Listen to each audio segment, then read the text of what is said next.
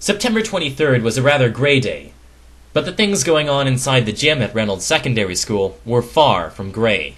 It was just after 11 a.m. and the entire school population was gathered for the annual assembly that marked the beginning of the Cops for Cancer head shaving fundraising campaign.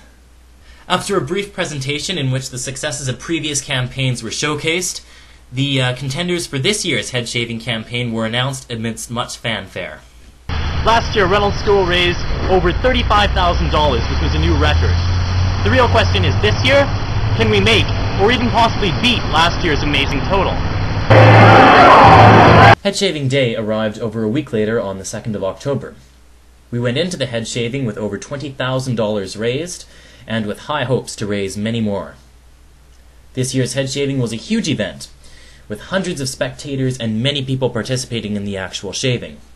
unmatched Kyle Dufton shaved his head last year, and was able to participate in this year's event as well.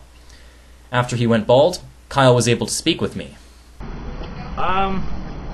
It tingled. It tingled, and by tingled I mean like made my whole body tingle. And did it feel good to be shaving your head in support of such a great cause? Hells yeah!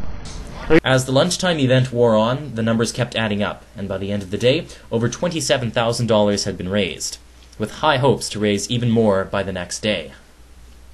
At last, the final day of the campaign had arrived.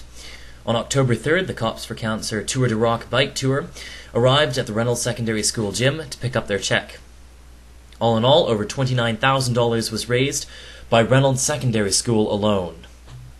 Reynolds School also had a significant amount of attention from the mainstream media.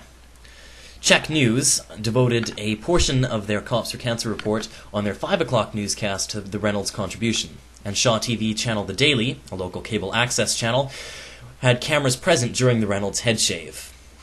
At the end of it all, Reynolds Secondary School managed to raise $29,000, which, although significant, is slightly less than last year's spectacular total. $29,000, however, is still a very significant contribution to the Tour de Rock campaign. For unmatched, this is Christopher reporting.